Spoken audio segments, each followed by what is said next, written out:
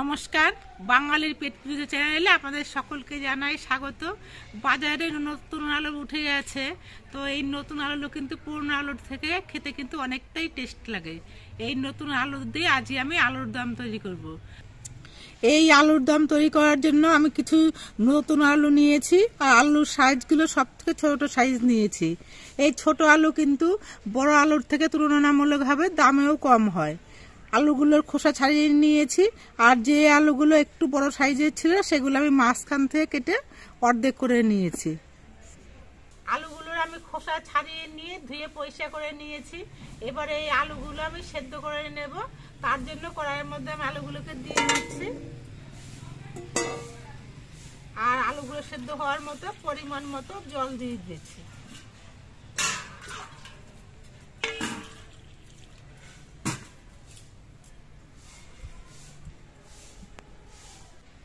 আলুগুলো সেদ্ধ করার সময় আমি হাফ চামচ নুন দিয়ে দিচ্ছি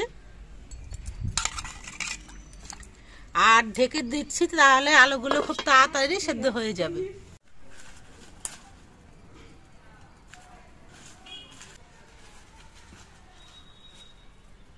কিছুক্ষণ পর আমি ঢাকনাটা একটু ফাঁকা করে দিচ্ছি, তাহলে কিছুটা বাষ্প বেরিয়ে যাবে আর উতলে নিয়ে জলটা পড়ে যাবে না।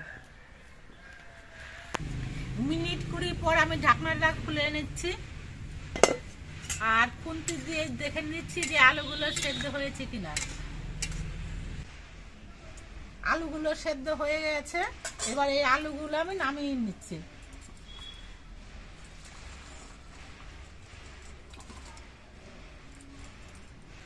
আলুগুলো সেদ্ধ করে নেওয়ার পর আলুর থেকে জলগুলো সব ঝরিয়ে নিয়েছি। এবার আলুগুলোকে আমি ভেজে নেব। তার জন্য কড়াইতে দিয়ে দিচ্ছি সরষের তেল। তেলটা গরম হয়ে গেছে, এবার এর মধ্যে আমি আলুগুলোকে ভেজে নিচ্ছি।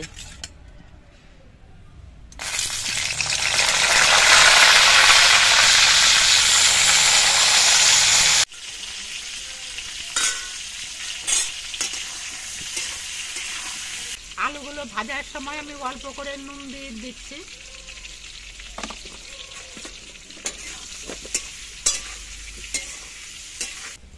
আলুগুলো ভাজা হয়ে গেছে, এবার এই আলুগুলো আমি তুলে নিচ্ছি।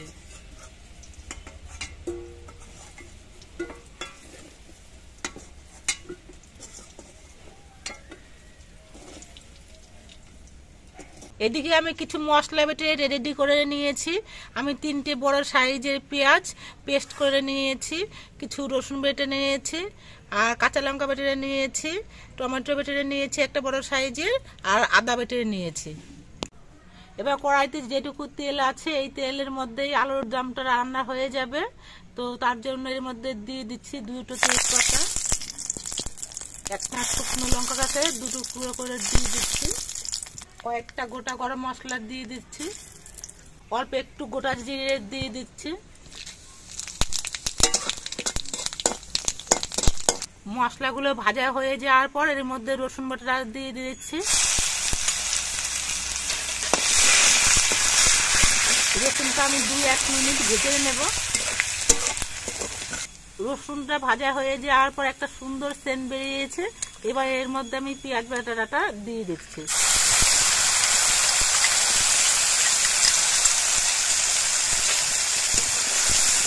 এবার পেঁয়াজ বাটাটা আমি কিছুক্ষণ ধরে লালচে রং করে ভেজে নেব। পেঁয়াজ বাটাটা ভাজা হয়ে গেছে, এবার এর মধ্যে দিয়ে দিচ্ছি 1 চামচ আদা বাটা, 1 চামচ কাঁচা লঙ্কা বাটা, আর টমেটো পেস্ট।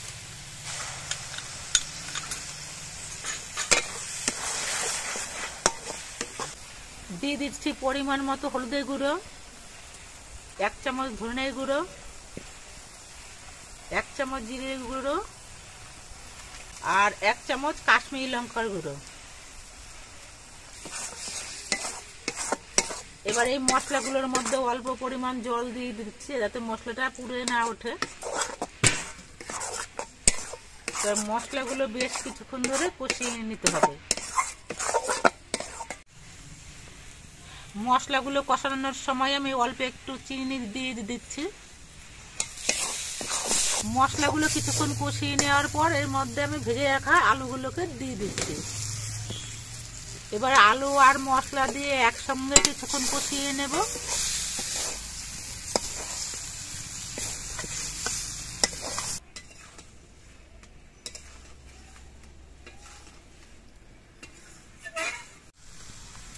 আলু দিয়ে আর মশলা দিয়ে 5 মিনিট কষিয়ে নেওয়ার পর এর মধ্যে আমি ঝোল দিয়ে দিচ্ছি।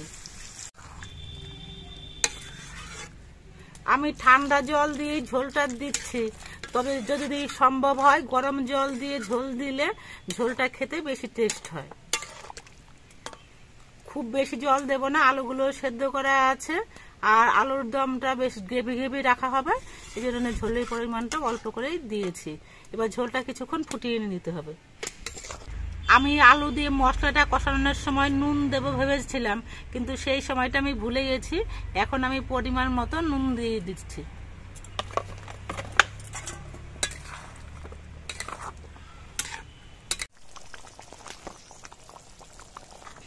ঝোলটা কিছুক্ষণ ফুটিয়ে নেওয়ার পর আলুর দমটা তৈরি হয়ে গেছে। এবার এর মধ্যে আমি ধনেপাতা কুচি দিয়ে দিচ্ছি।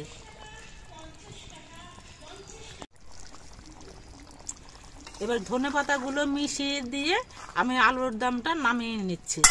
আজকে আমি কোনো গরম মশলা গুঁড়ো দেবো না, ধনেপাতারই একটা সুন্দর সেন্ট হবে।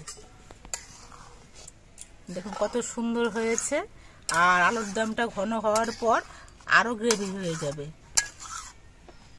আপনারা দেখতে পেলেন যে আমি কিভাবে ছোট আলুর দম তৈরি করলাম। এখন নতুন আলুর সিজন চলছে, আপনারা এরকম ছোট আলু নিয়ে এসে এরকম আলুর দম তৈরি করে খেয়ে দেখবেন।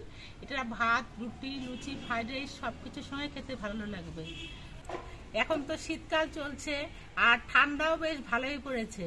এই ঠান্ডায় আপনারা সকলে সাবধানে থাকবেন, সুস্থ থাকবেন, ভালো থাকবেন।